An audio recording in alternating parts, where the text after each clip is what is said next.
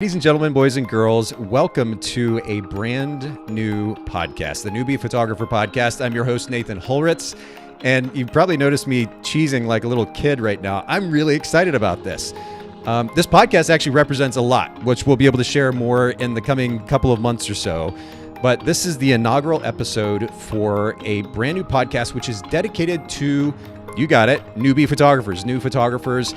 If you're in your first, let's call it 3 years of business, and you're trying to figure out how to take better pictures, how to run your photography business more effectively, you're in the right place. We're here to simplify photography and photography business for you as a professional photographer. And we're going to be bringing a variety of guests on board in a format that I'm really excited about. 15 to 20 minute episodes max, really easy to listen to and to consume, maybe on a quick drive or a walk. And you'll be able to take away that practical information that our guests are sharing and go apply it to your new photography business, make it that much better. So I'm glad you're here. I'm glad you're along for the ride. And I'm also excited to introduce you to our first guest here on the Newbie Photographer Podcast, Helene, I'm gonna try this, make sure I don't kind of stumble over my words. Helene Boudreau. Did I do it right? Yeah, you did. That's perfect. Okay, perfect. I got it. Thank you so much for kind of taking a chance and being willing, coming to do this podcast. The first episode, it ends up being, of the Newbie Photographer Podcast. I really appreciate you being here today. Awesome. Thanks for having me. I appreciate it. And I think a lot of photographers will too. I hope so. I really, really hope so. I think the format's going to be very conducive to, as much information as we take in on a daily basis, just as human beings in 2022, but certainly as photographers. I think the last thing that we need is certainly more noise in our lives and in our business. And I hope that the short format and super practical information is really helpful for photographers. And we're getting right into a topic today. We're going to be talking about how to outwork doubt. It's a very interesting one. But before we go there, I'd love for you to just take 60 seconds and introduce our listeners and our viewers to your photography business, if you don't mind. For sure. Yeah. I've always loved taking photos. I've always been the one with the camera, got like a digital camera long time ago. About 8 years ago, I took my sister's maternity photos, and that was kind of like my first real photo shoot. Okay. And ever since then, I've taken like family photos for friends. And then about 2-3 years ago, I started telling my friends that I'm going to take photos of them instead of like asking. I had my one friend who was pregnant, and I was like, I'm coming over, we're taking photos. I think we did like 3 or 4 hours. Like we did all types of maternity photos. It was so good. And at the end, she paid me like a tip, or like, I wasn't expecting this, but she gave me $100. Wow. And at that point, yeah, I like was not expecting it. And I think that's like when I realized, okay, maybe I could do this. Like maybe I could do this as a side hustle, kind of work it and kind of, have more clients and work on it. So after that, I took on a few more mini sessions. And then in January 2021, I decided to do weddings, and booked over 10 weddings by the end of March. Wow. I finished the season.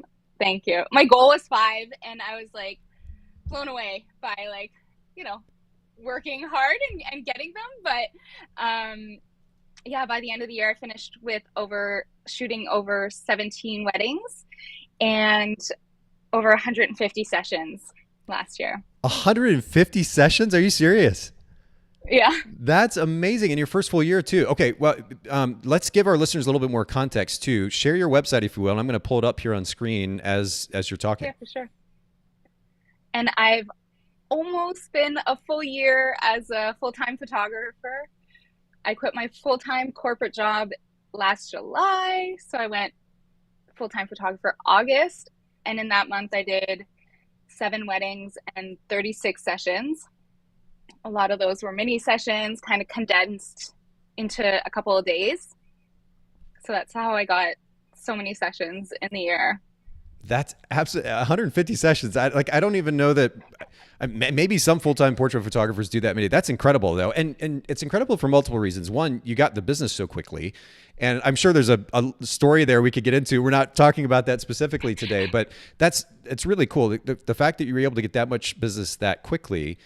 Not only that, but then you were also able to build up an incredible portfolio from that many sessions and that many weddings as well in such a short period of time, which is also really, really great. Plenty of social media content. And so, wow, what a first year. Okay, so I'm going to pop your website up here on screen for everybody who is watching or listening in.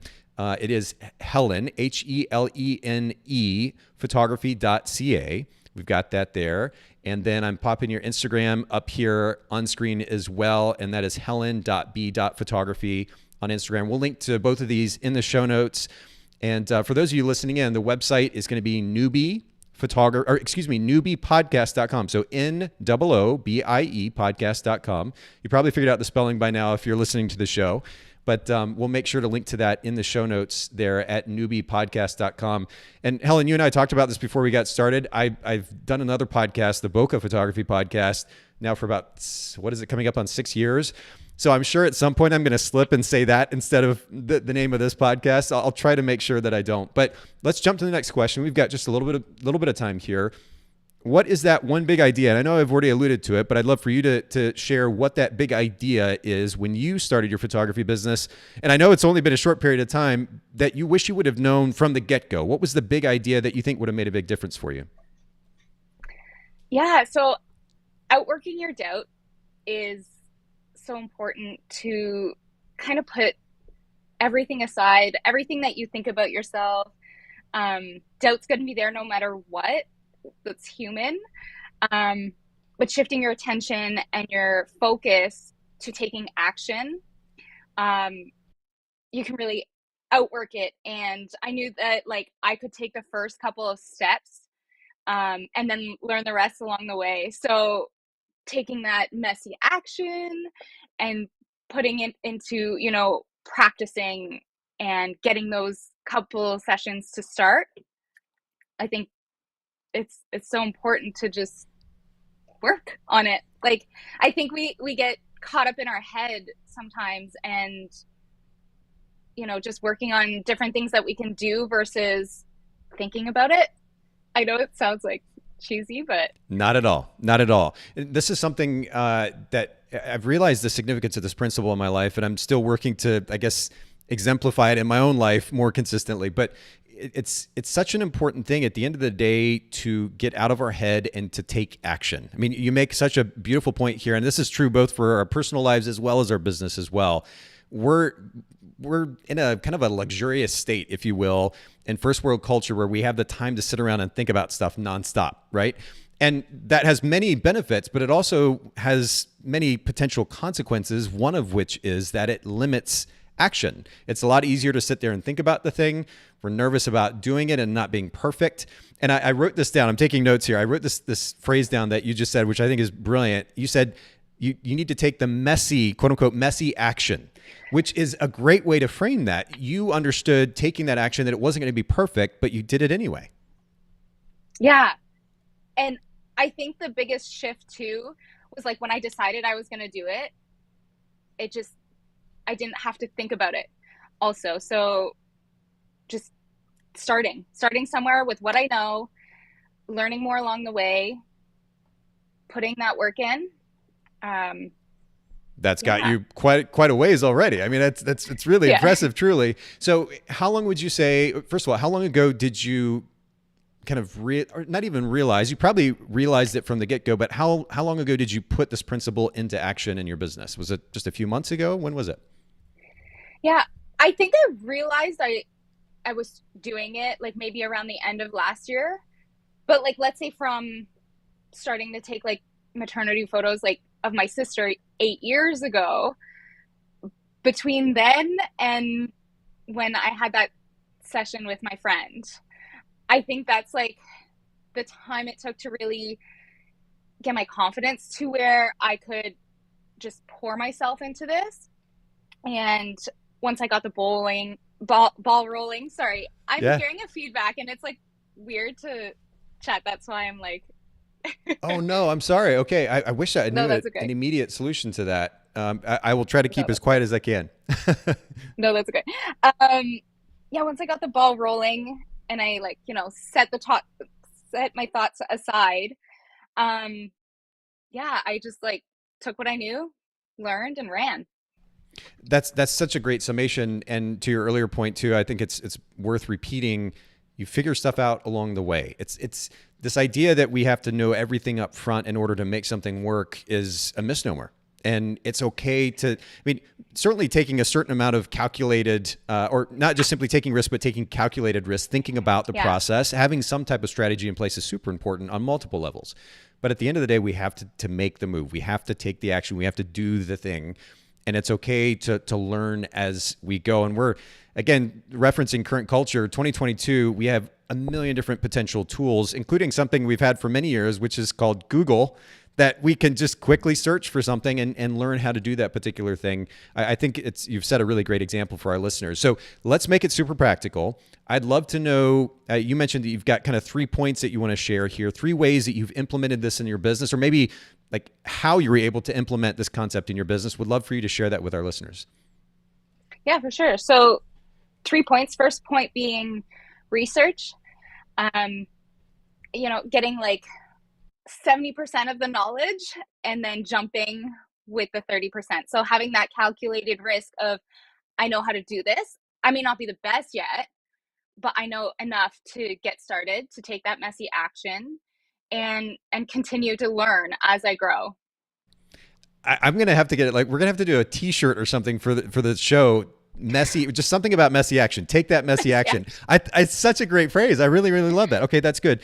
And again, I'm taking notes here. I've got my notebook. Research, and I love the way that you broke that down. 70-30. So if we want to put a number to it, especially for those A types, having that kind of goal, a rough goal of, okay, I'm going to figure out at least 70% of this, but there's going to be 30-40% of it that maybe I still need to figure out along the way. That's kind of a good frame of reference. And for those who like to have a little bit more control, it gives them something to work for. So I think that specificity is really good. First step is research. What's the second step?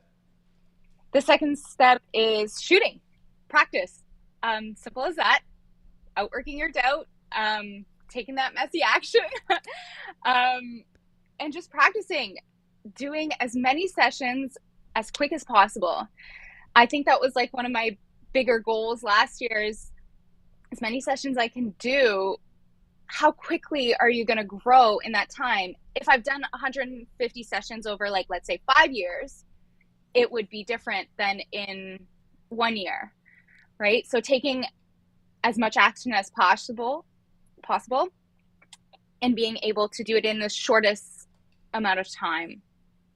And speaking of time, we have limited time, but give us like a 30-second summary of how you went about getting as many sessions as possible in a short amount of Sure. time for the sake of building that experience. Yeah, for the sake of building it, I started sharing that I'm doing photography and asking people to be a part of my photo shoots, and also like paying for shoots that were smaller amounts at the beginning. And then in terms of like mini sessions for the month I was talking about last year is I did ads. So I put out ads for mini sessions, Okay. and then also I did regular sessions in between that as well. And were you charging for those mini sessions? Yep. Okay. Yeah. Yeah, and I was I just charging wasn't about, sure if like initially you were just doing a bunch for free just to build up the portfolio, but you charged basically from the beginning. yeah, from like after that maternity session, Okay. Good because for like you. before that I had done a couple. That's great. No, that's really great. Okay, so number one is research. Number two, shoot as many sessions or events, weddings, as many as you possibly can, Yeah. as quickly as possible to build up that experience level. And to your point, to kind of minimize the doubt, to build up that confidence level. So that's really good. Number three, what's number three? Number three is getting reviews and client experience.